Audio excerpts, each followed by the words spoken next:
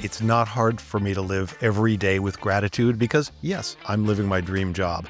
But it didn't just fall into my lap. It was a series of technology is going to change completely. Economic and social and business fabrics are going to change. The way we all live and work and play and how we hang out with people, that is all going to change. The physical environment that we're in, that's going to change. What does not change? What is a constant? People are still people.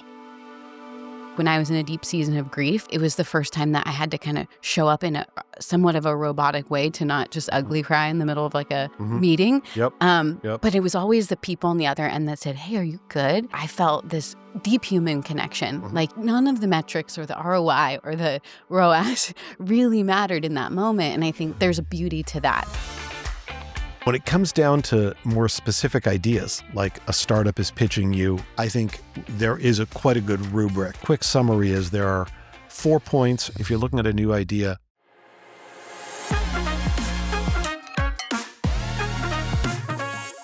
Dave, I'm so excited to share a space with you and a conversation with you, learn from you. When I was talking to Jake, my producer, about who would be a good fit to just like sit with and learn from, he mentioned you and said we had similar energies. So I love that for us. Right. And I hope that means that we don't take life too seriously, but we pave our own path. And I'm excited to just learn about your journey. And I'm a hype woman by nature, but maybe I'll even find ways to challenge you. That'd be my goal. Right. Love that, right? Let's get into it. Let's do it. Let's get into it. And if you come back at me about something I said, it's game on. This is going to live in perpetuity.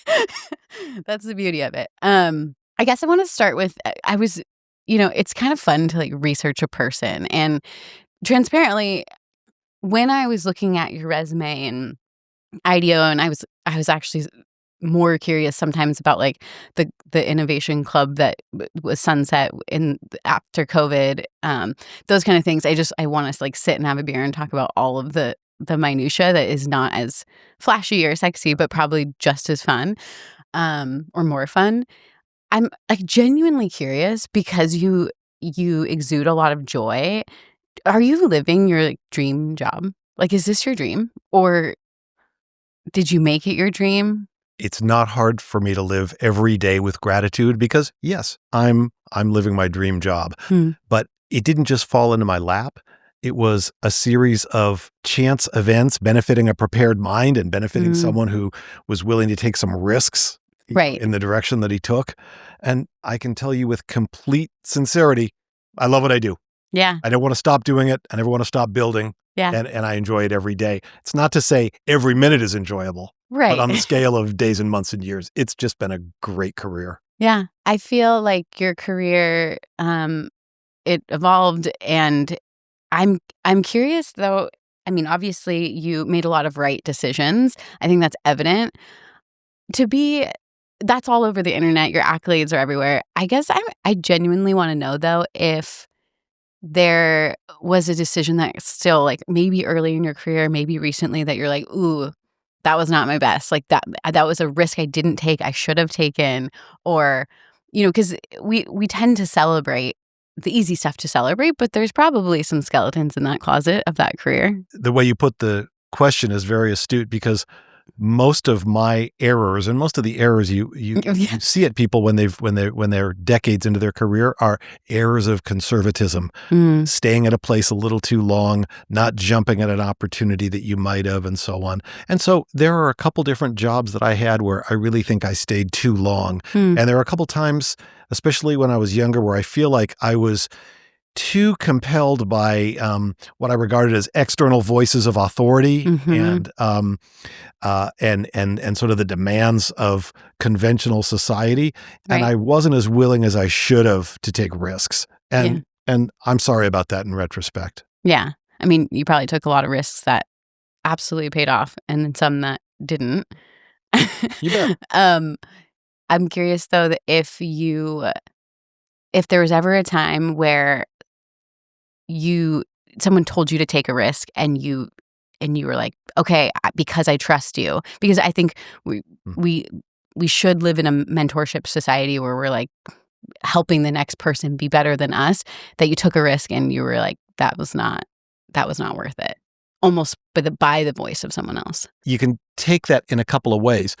I've taken risks. Like I have worked for equity in lieu of fees as a fractional independent board member or fractional worker, and it never paid off. I never made a nickel, right? Yeah. So in that sense, literally, it wasn't worth it. I can honestly say I've never had a situation in my professional career where the whole experience was a write-off. I mean, I think that's very unusual, and I think if people talk about an entire experience being a waste of time or a write-off or just not worthwhile, they're just not taking the discipline to examine lessons learned and to find some meaning in what the experience was. So tapping kind of into that wisdom, I mean, your career has, I mean, I'm 36. You've been in this tech industry, Silicon Valley. Truly, you've seen it all. The good, the bad, and the ugly. I'm sure it was so fun. There's like a little jealousy of me that you got to ride those early waves and see it all go down in front row. There are plenty of waves for you to ride. Yes, I can't wait. There is absolutely no cause to be jealous. The number of exciting things happening is not going to slow down. Yeah. I mean, on that note, though, do you see cycles?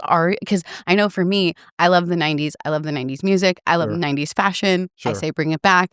And it did come back. Things come in waves. They come in cycles. Yep. There's a it's something really fun, I think, about watching how it iterates when it comes back. Sure.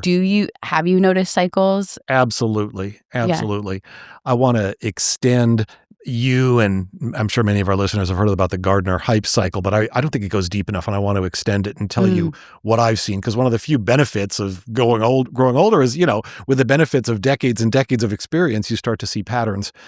It's not about a single technology. This is what I object to when people talk about the Gartner hype cycle and they're talking about, say, just Internet of Things. Right.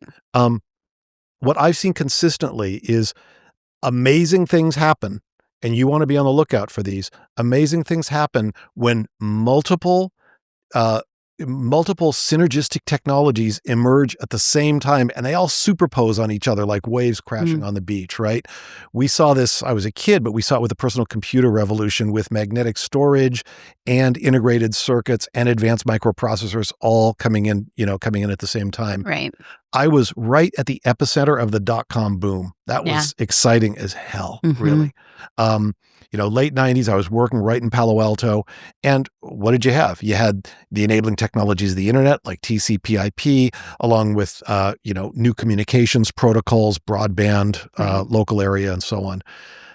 The second to most recent extraordinary wave that we all experienced, and you were around for this one, was in 2007. Yeah. That's when you had GPS and mobility hardware. Yeah. iPhone came out right in 2007, and cloud computing, and what we then called big data, now called advanced data analytics, all crashing down together. Things like Uber never could have happened if you didn't have remarkable mobility technology and GPS and high-speed broadband communication and big data analytics. And guess what? It's happening right now. I've been waiting for this moment and talking to people about artificial intelligence for the last 15 years. I've been saying before it was cool. Yep. I've been saying to people that AI is going to lead the next wave of technologies crashing and completely tearing up existing social and economic and business fabrics. It's happening right now. Right. But in the early days, 15 years ago, when you were like, okay, everyone, this is going to be big. Yeah. Did you see a lot of naysayers at that time where they were like, no way, it's not going to happen? You see huge naysayers. You see people at every point of the spectrum. And I want to encourage you, as we're in the middle of one of these cycles, and you're going to see many more of them in your career. Right. I really want to encourage you to take a balanced point of view. innovation is no place for cynics, right? Right. You can say, oh, this new product, this new service, this new technology, it's never going to go anywhere. And frankly, most of the time you're going to be right, but you will never innovate ever if you take that attitude. So not my personality. At the other end, you've got sort of the breathless, giddy, technophile approach where everything is the coolest thing ever and everything is going to change the world. You can't think that way either. Right. The balanced point of view looks, for example, at the dot-com boom and bust and says multiple technology enabled entirely new experiences, entirely new types of business, entirely new ways of working. Yeah.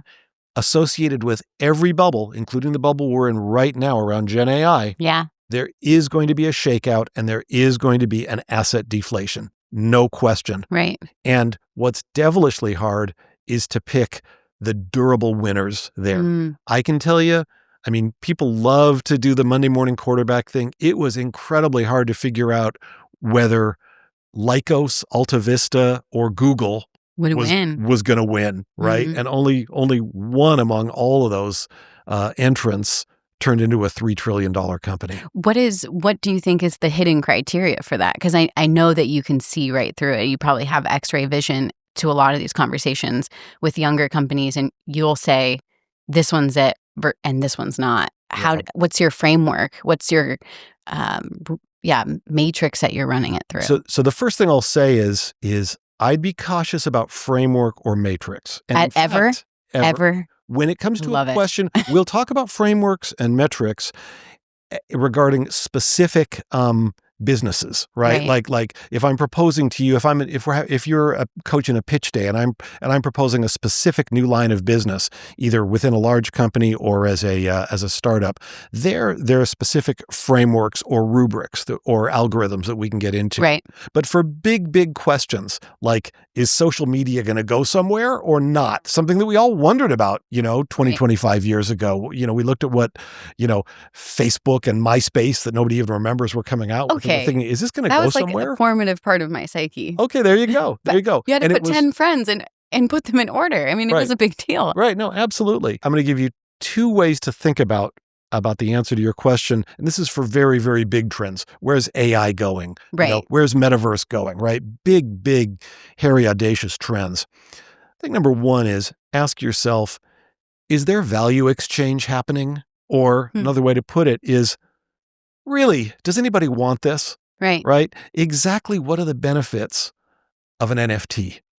Ask yourself those hard questions. Because at the end of the day, sure, there are always going to be speculative bubbles. We've seen them forever. We saw them, centuries ago with the Amsterdam tulip market. But at the end of the day, business fundamentals, like the fact that for successful business, you need an exchange of value.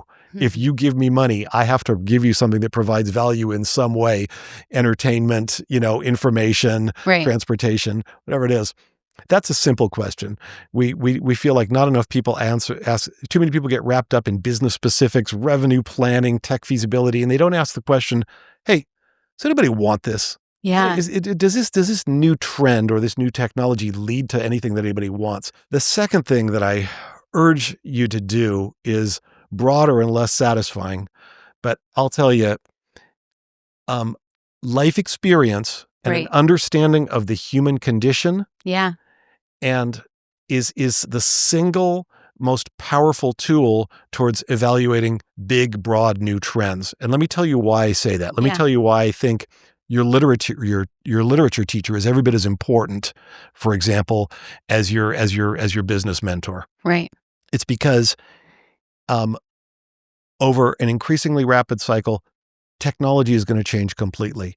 And economic and social and business fabrics are going to change. The way we all live and work and play and how we hang out with people, that is all going to change. The physical environment that we're in, that's going to change. That is always in a state of flux. It's changing faster and faster. What does not change? What is a constant? People are still people, right? And we're quite fragile. We're fragile, and an understanding of the human condition, which includes traveling the world, reading historical literature, tells you that people haven't changed substantially in hundreds of years, and it's very unlikely. It's kind of refreshing that they will change. It's a wonderful constant in our world. Yeah. Go to a Shakespeare play and you will see the same timeless human emotions. That was in my rom-com? As in your rom-com. Yeah. Absolutely. The need for love and the need to be well regarded, right. and the need to be productive and to produce something, along with all the tougher sides: envy, greed, jealousy, right. laziness, right? Yeah. Those things are timeless. Evaluate broad trends against your understanding of the human condition, right. and ask yourself, does this fit with the human condition as I understand it? I know that's a weird, floaty, vague way to describe it, but don't give me frameworks. They're bogus. Don't give me rubrics. Give me life experience brought to bear on broad social, economic, demographic trends. Right. I mean, I think where this really aligns with how I live is I've always said, even in motherhood, that teaching my boys high EQ is really important. I said, I noticed the room when you said that thing. Did their body language shift? Yes. When did their eye movement move? And I have friends saying to me, Mo, that is so intense. And I said, but they deeply need to understand people. And that's not just because I'm in sales. And that was because it was intuitive to me that people are moving through the world silently feeling a lot of things. Mm-hmm. I think when I was in a deep season of grief, I'd have to it was the first time that I had to kind of show up in a somewhat of a robotic way to not just ugly cry in the middle of like a mm-hmm. meeting. Yep. But it was always the people on the other end that said, hey, are you good? That I felt this deep human connection, mm-hmm. like you meant. Mm-hmm. And none of the metrics or the ROI or the ROAS really mattered in that moment. And I think there's a beauty to that as a parent, I really want to capture and I really want to teach those soft skills. I don't even want to call them soft. They're like they almost have more rigor than other ones. So think about what you're saying. Yeah. You bring your values, your sense of human connection to everything you do. Right. To your family life, to your life with friends, to your business life. Mm-hmm. I mean, to me, that's very important. I don't understand how it is that people can segment off their business life and believe that, for example, marketing involves gimmicky campaigns to trick people out of a few extra dollars or something like that, because they would never behave that way in their personal lives with friends and family. Right. How can there be such a huge dichotomy in the way people behave on and off the job? I don't really understand it, because in both cases, you're dealing with human beings. Right. And I'm sure you've seen it, right? I'm sure you've seen so much. Do you try to, I feel like that's such a core, almost like a personality thing that do you try to coach people out of that? Do you try to? I do. And here's the good news. An understanding of human experience is a learnable skill, not some sort of innate talent. And if I were to name one tool that's extremely helpful, it's synthesis, straight out of the Stanford D School Design Thinking Playbook. This is a process that I helped develop. And the big idea is you need to provide people with something tangible. It is unfair to someone to say something like, consider the human condition as you develop these new products and services. That's a dumb thing. What does it mean? Right? What the hell does that mean? Yeah. So what I urge people to do in synthesis is to synthesize in 4 steps, to find meaning and find direction in the world in 4 steps. First, have open-ended conversations with stakeholders, in this case, stakeholders in the success of your business, who are not you. They're in a different age and life stage. They feel differently about technology. They live in a different place. They're different socioeconomically, right? You talk to a small number of people who are not you, preferably with a partner, because this is a great partner exercise. Okay. And then, for example, if you and I were doing this, we would tell the stories to each other, and we would share key things that we learned. Let's imagine that we're just dissing on insurance before this started. Let's imagine we're trying to completely break the insurance market with a new offer around crowdfunded insurance, crowdsourced insurance, right? Yeah. We would talk to this elderly pensioner and this new worker and this road warrior and this young mom, right? We talked to a great variety of people. We would tell their stories, and then we would look for common themes. It's a really great thing to do with Post-it notes. Yep. Cluster together common themes, and you ask yourself, what does this mean? Mm-hmm. I've never worked with any group of people in any vertical market anywhere in the world that couldn't start to find meaning and direction in a confounding, confusing world Right. using a structured process of synthesis. I think that's powerful too, because you're going to get to a failed idea way faster. Absolutely. Which is great, because then you're not tanking millions and your livelihood into something that if you just put some sticky notes up, maybe we would have got there a little faster. Sure. So this is another thing I've been really curious about. Hopefully it's not too provocative. I think I'm really excited about how the world has changed to be more inclusive and been more thoughtful. Everything from, when I worked at Webflow, I trained myself out of saying "you guys," and way more thoughtful. You don't even realize how many times you're walking through life potentially hurting people, and so I really feel grateful that that's the way that the culture has moved. I have to imagine, though, being in your seat, watching that happen and the impact on marketing of what can you say, what can't you say, what is like dangerously close to a line where you might get canceled. How have you viewed that cultural shift through the eyes of marketing? And is it all good? Is it all 100% good? Have you seen some pockets of not great? This isn't too provocative at all, Monique. In fact, it's something that we should all be talking about all the time. Right. Is it substantially good? Yes. Is it all good? Absolutely not.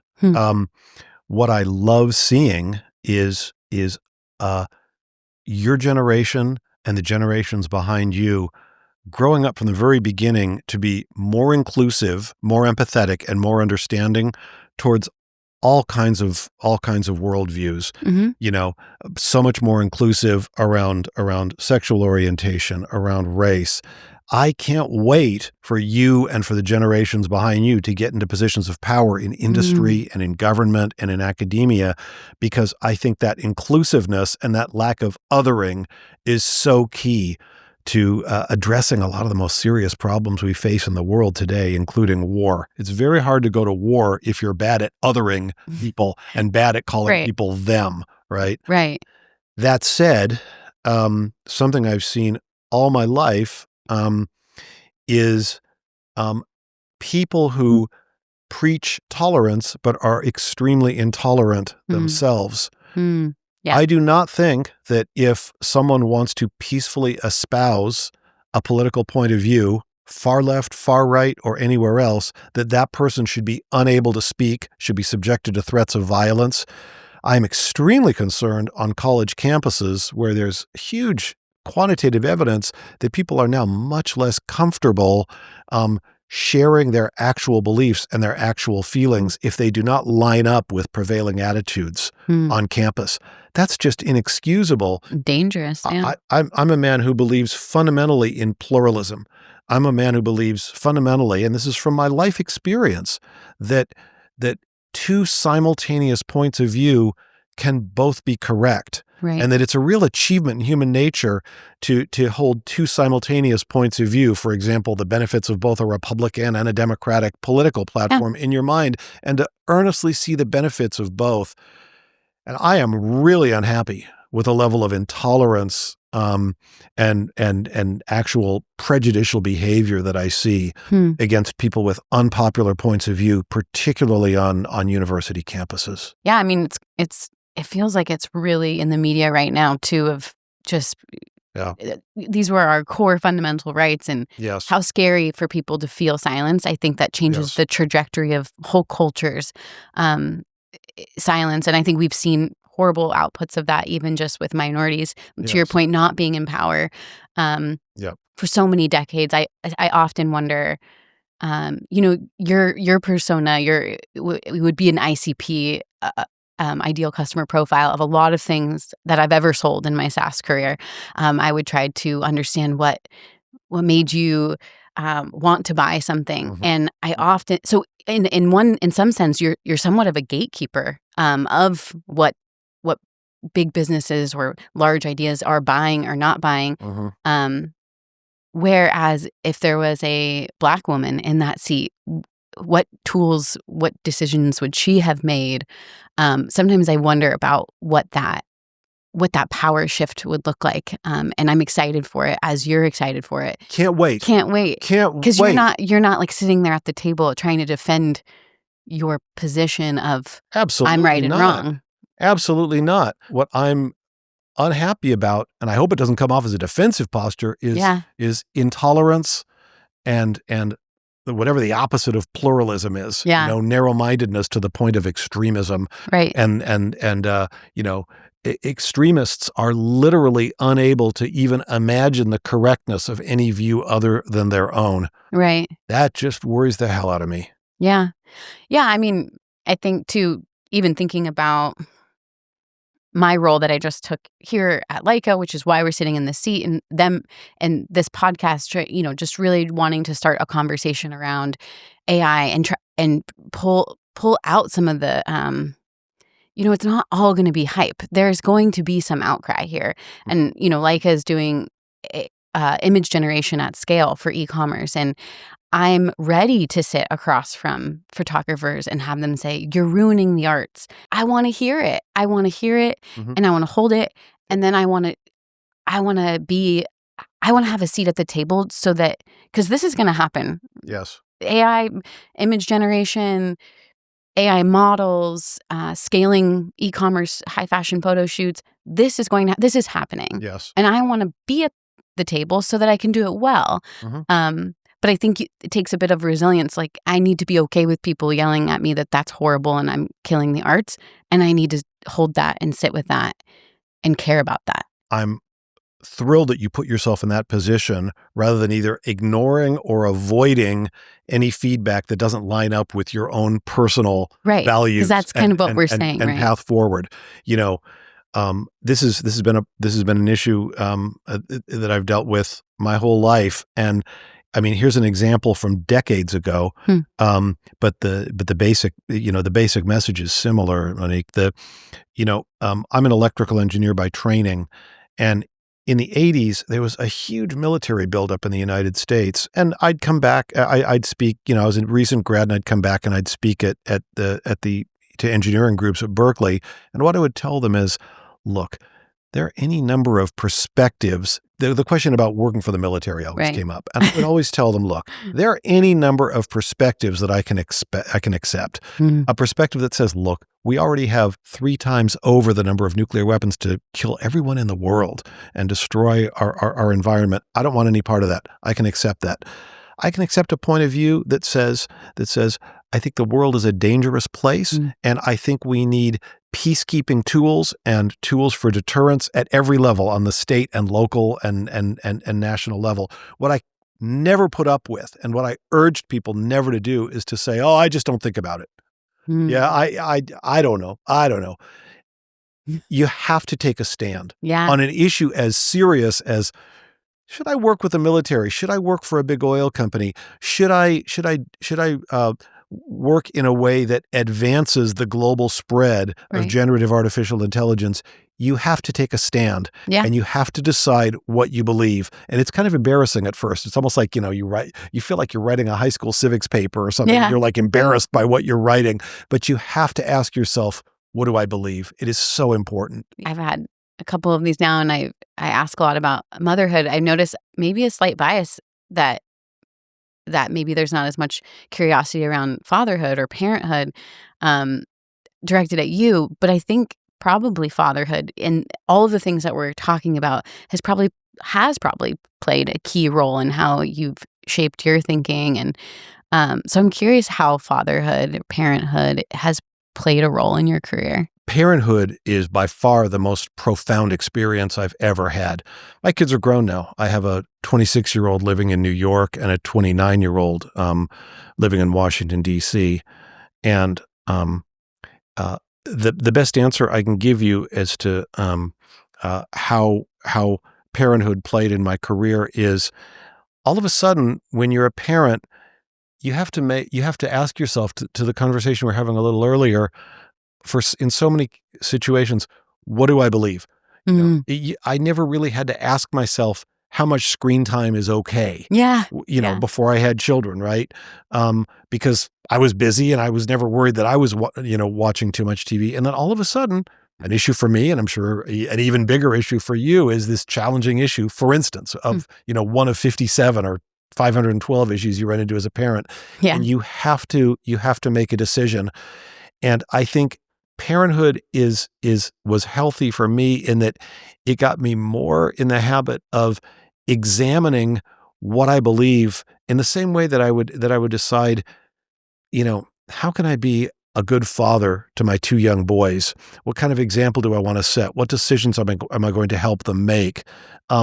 It made me a much more deliberate manager and leader with my subordinates. It's not that the issues were the same. I wasn't going to lecture them about screen time, right. but I had to be much more deliberate, and I had to think much, much more about my stance right. on all kinds of difficult issues. Like, how am I going to deal with people coming in late to work when I know that their children are sick? Or how am I going to deal with these productivity issues that this person is dealing with? Yeah. It's almost like I hear you saying, we had to always have the why. We were the source of the why for our kids. And I have 3 boys. And so it's so fun. It's so chaotic, but I have to be ready with some whys at pretty much every turn. Yeah. And I've had to take back some whys. Yeah. I've had to rein in, I've had to tell them, I actually changed my opinion on this and I want to share that with you. You asked me this a year ago and now I feel this way. And I want them to iterate on their opinions. I want them, but I still want the conviction and the why. Yeah. But we don't have to live and die with those whys, right? Yeah, I can think of a couple that, they'd be like, oh, do you believe in woo-woo stuff? And it's like, no, that's wild. Yeah. And then once I lost my brother, I was like, oh, this is why people try to access magic and they try to access these things. I just wasn't in a life place that felt necessary. Yeah. So it's always telling them where and why the story changes, I think will make just more well-rounded humans, but also better, like you said, in your career. Sure. And look, on the topic of parenthood, separate from our business topics, I really want to urge you to enjoy every single stage that your 3 boys go through, because I know this sounds very cliche, but it's very fleeting. And if you do your job right as a parent, you'll raise 3 strong, humane young men. Yeah. And they'll be out the door. Yeah. You don't see them again other than on holidays, and some of them is not even that. So it's very, very important to figure out ways to actively participate and really enjoy every life stage they're in, and not be sort of muddling where you're sort of half working and half answering email and half chatting with them. You really need to find the mental bandwidth to fully engage with those kids through every one of these thrilling life stages. Yeah. It's definitely one of my favorite parts of my life, and I think they know and feel that. Sure.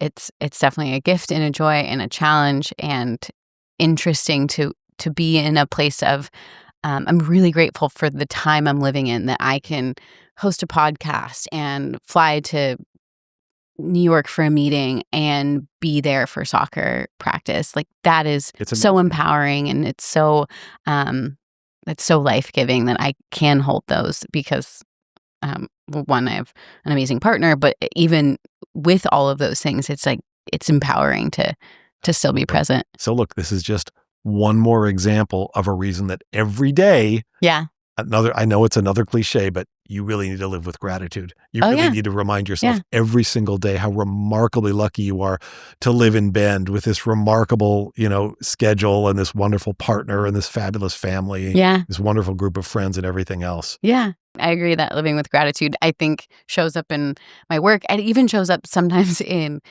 my resume, where someone's like, oh, you were there for quite a while, but that was a short stint. Well, I wasn't able to access my gratitude as easily there, and I have to stay present in it. And so that's going to actually be my North Star, not this really clean story that is impressive. It has to be the North Star in a lot of ways. And if you wake up, if you have Sunday scaries and you're really struggling to access that gratitude, I think it's probably a good mental time to make a shift. So let me ask you, you mentioned in passing, and you can talk as much about this as you'd like, a personal tragedy with your brother. What were your coping methods? You mentioned what it wasn't. You didn't go to Yeah. you didn't go to magic. I mean, I sort of did in some ways. What did you do? Yeah, I it literally I had to really get okay with it taking different shapes every day. Mm-hmm. My brother was my best friend, and we started an e-commerce, a kids hat brand together. We called it Kinship because Mm-hmm. we're siblings. We survived a lot of things in childhood together, and so he was really my rock. And I think what I did was I took more on the I'm gonna make him proud mentality, Mm-hmm. and it was quite a driver for me. And I took on a lot of winsomeness, and that did kind of create some magic. I mean, now I can still, I kind of get why someone would go to a medium. I kind of get why I'm so much less judgmental about things that I don't understand, because when you're in grief, you will want to access any and all magic in the world. And I'm already like a very playful person. So I worked harder. I had an open mind, and I talked to my kids a lot about, missing Uncle Greg and those kind of things. I just became this like more fragile, better version of myself, which is such a weird thing to come out of grief. Yeah. Well, thank you for sharing. Yeah. Because you've seen so many things. I'm curious how do you determine if something has staying power or it's spiking in some sort of hype cycle? Sure. So a minute ago, we were talking about very broad trends, broad social, economic, demographic trends. Those need to be evaluated in a similarly broad way based on your thoughts on the human condition, on whether whatever is happening lines up with timeless and durable needs of human beings. Now, when it comes down to more specific ideas, like a startup is pitching you, or you're considering creating a partnership or a joint venture, for example, and delivering new services, new products, I think there is quite a good rubric. And I can share the details with you or with any of our listeners via LinkedIn. But the quick summary is there are 4 points, and then there's a 5th point that you also sometimes want to use. And at high level, the big 4 points are: first, if you're looking at a new idea, first, does anybody want this? Right? Does this actually solve a pain? Yeah. And bonus points if it addresses a problem or a pain point or an issue that is widespread and that is acute. If something is a minor inconvenience, a product is not going to scale in an outsized fashion the way a venture investor is interested in. The second thing I look for, either working with big companies or as an angel investor myself, is technical feasibility. I look at both what the biggest risk areas are, and I want to see entrepreneurs who recognize the risk. Right. I never expect a risk-free new venture. Ventures have risk. Yeah. I expect entrepreneurs who can give me articulate descriptions of how they will mitigate each of the risk, right? If they're designing a robot and there are real problems with the end effector, if they're designing an online platform and there are real concerns about latency, whatever it is.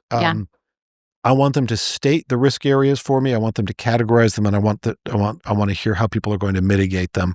I'm also always concerned about dependence on external issues, like if a concept is not feasible, if it's fundamentally based on policy that is still 10 years out. Right. So we've got desirability. Does anybody want this thing? Yep. We've got feasibility. Can you actually build this? Right. Third, we've got business viability. Yeah. Can you make money doing this? Yeah. Right? And that's all the classic business work that you and I know well. What do unit cost economics look like? What's the total addressable market? Does this market have the right dynamics? Is it a big market with the right annual growth rate?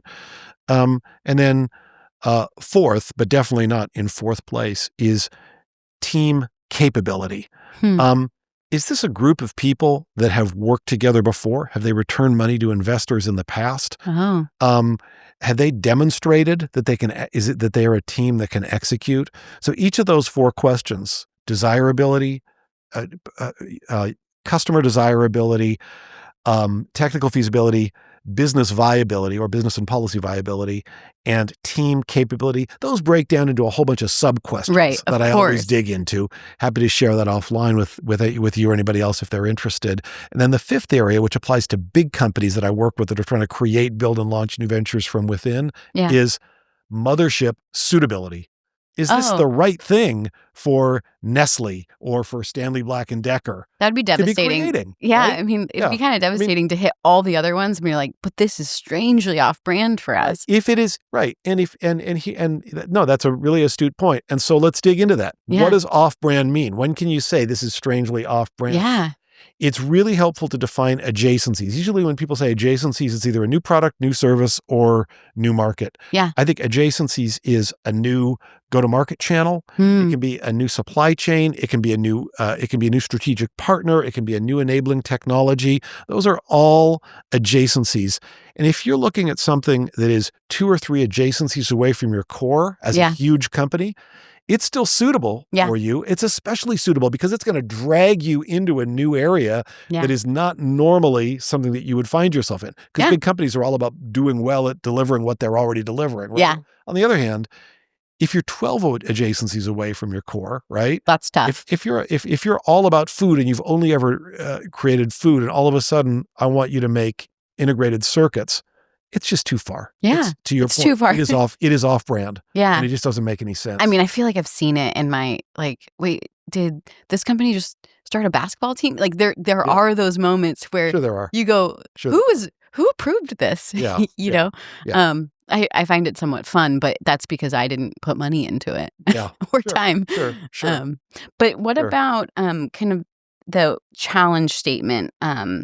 Does that kind of play into it? What's the challenge statement and how does it help you identify the durable things? Sure. A challenge statement is something that I always look for, again, as an angel investor, if I'm investing. Here's what I'm really looking for.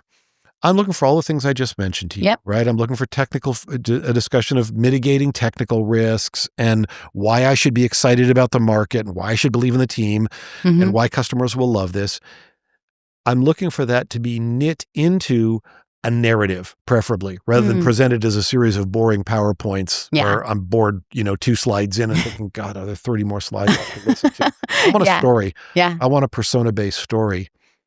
I also want this to be knit together with a mission statement, and I usually describe a thing called which I usually work with entrepreneurs on, a thing called a challenge statement to create a mission statement. And in summary, a challenge statement is it describes the objectives of your business, who the stakeholders are in your success, a few words about the approach you're going to take, and how the benefits flow both to you and to the multiple stakeholders. Yeah.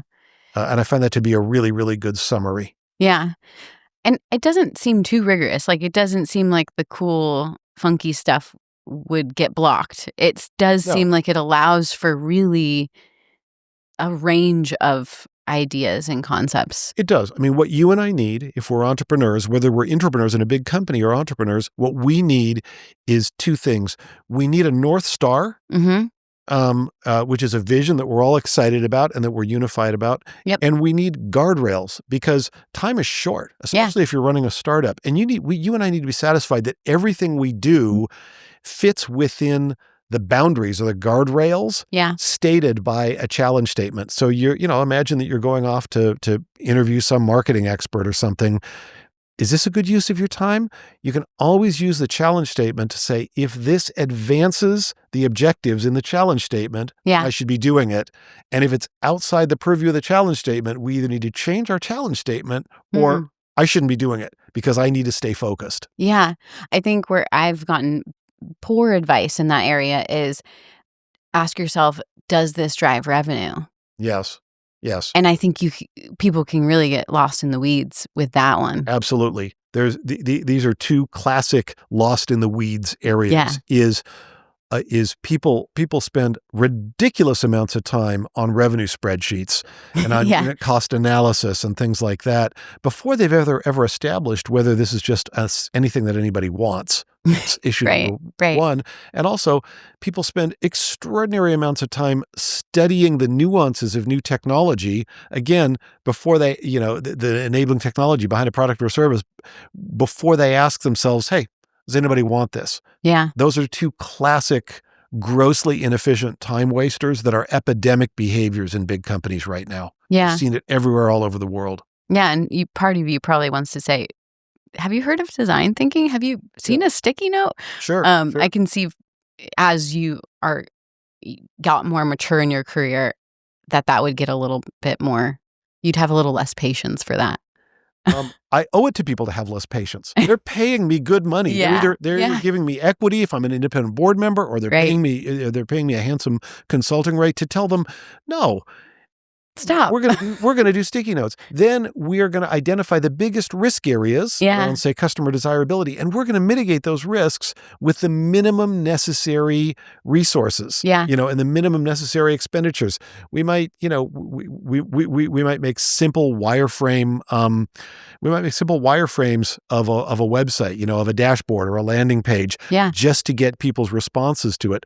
No, we are not going to pay these software developers hundreds of thousands of dollars until we've established that there's actual desirability behind this thing. Yeah. I'll tell you though, the people that do this well, it pays off. Yeah. They're able to develop, whether they're small startups or whether they're internal startups in big companies, they're able to race ahead and to develop wonderful new lines of business with a tiny fraction of the resources that big companies normally use. Yeah. So early in my career, I worked for a tiny art startup, and it was in an incubator, and it was just such a good intro to this is okay. It was such a good introduction to me to building and being in the builder's seat. And I was so lucky, truly lucky, to be a part of a tiny startup early in my career after I left insurance, and realized I wanted to build and make. And what I remember hearing all the time was move fast and break stuff. And I don't know if that was the best and all the time. And I think I hear you saying, there's a time and a place for that. Yeah. But there's also a move slow to go fast motion that was undertaught probably in those early days of, let's be extremely methodical here so that we can move fast. Yeah. And looking back on those early days of that startup, again, such a fun startup, great people. But I don't know if it was necessarily a combination of that. Maybe it was just the move fast and break stuff and not enough of the slow methodical. Yeah. Look, a good leader creates a healthy tension in her or his mind between the move fast and break stuff, or it's what is also often called the ready, fire, aim approach. Right. And the approach where you say to yourself, look, innovation is creation resulting from study and experimentation. Yeah. I need to be methodical, and I need to do a series of iterative tests in order to say, some combination of analysis and prototyping and iterative testing in order to get where I want to go. Consistently, the winners that I see create a healthy tension between those two tendencies. If you're just about move fast and break stuff, you're scattered. You never really have any forward motion. Yeah. If you're just about study and experimentation and moving carefully and methodically, you might be going in a good direction, but everybody else rushes by you when they get to market first. Right. Which is everyone's worst fear. Yes. So it's really, really helpful for you, for me, for everybody else to have a personal network, a quiet, trusted network of personal advisors that present opposing views. Somebody's whispering, move fast and break stuff in your ear, and somebody else is whispering, slow down, be careful, get this right. Yeah. And you need to mediate between the two. Yeah. Yeah. The devil and the angel, I think, will always be necessary. Absolutely. Yeah. I guess before we go, Dave, how can people find you online? So I'm easy to find. LinkedIn is probably the easiest way to reach me. Okay. And it's Dave Blakely, Blakely. Okay, great. And for anyone who's curious how to gain more wisdom in any of the topics that we talked about? What are some books or podcasts that are like the must reads for this upcoming year for them? For those of us that like to be well-rounded around commerce and business, I have to say I like to bring up, I think you're looking for something that people might not necessarily have come across. Sold in America is this fantastic podcast in about 6 or 8 parts that looks at prostitution and human trafficking from 6 different angles.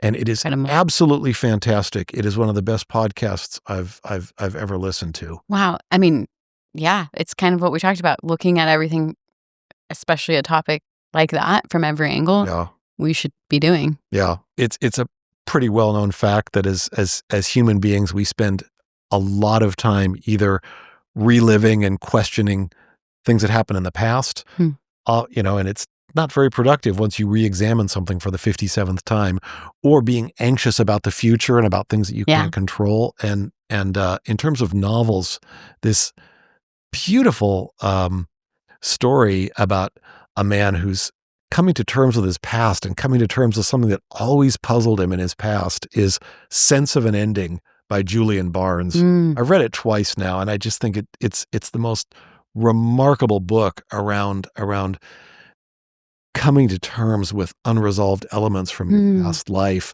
and how both fulfilling and confounding that can be. Amazing. What would you recommend to our listeners? Oh, wow. Gosh, I would recommend going for a walk, honestly. Just truly finding every color, stopping to examine a bug, and kind of finding a bit of wonder. Daily, it would be my recommendation.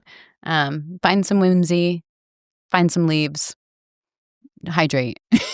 Reframing the question with a broader vision at its best. Monique, what podcast and book would you recommend? Dave, I would take a walk. I love it. Oh, this is fun, Dave. Yeah. I feel like I could talk to you for hours. I love that feeling. I think it's such a gift in humanity to just meet someone and say, oh, this is just, can we keep talking? I just appreciate you sharing your wisdom, vulnerability, thoughtfulness. I appreciate how you've moved through your career to advocate for people and ideas and creativity. So, I'm just really glad to know you. And real pleasure. It's fun. Thank you.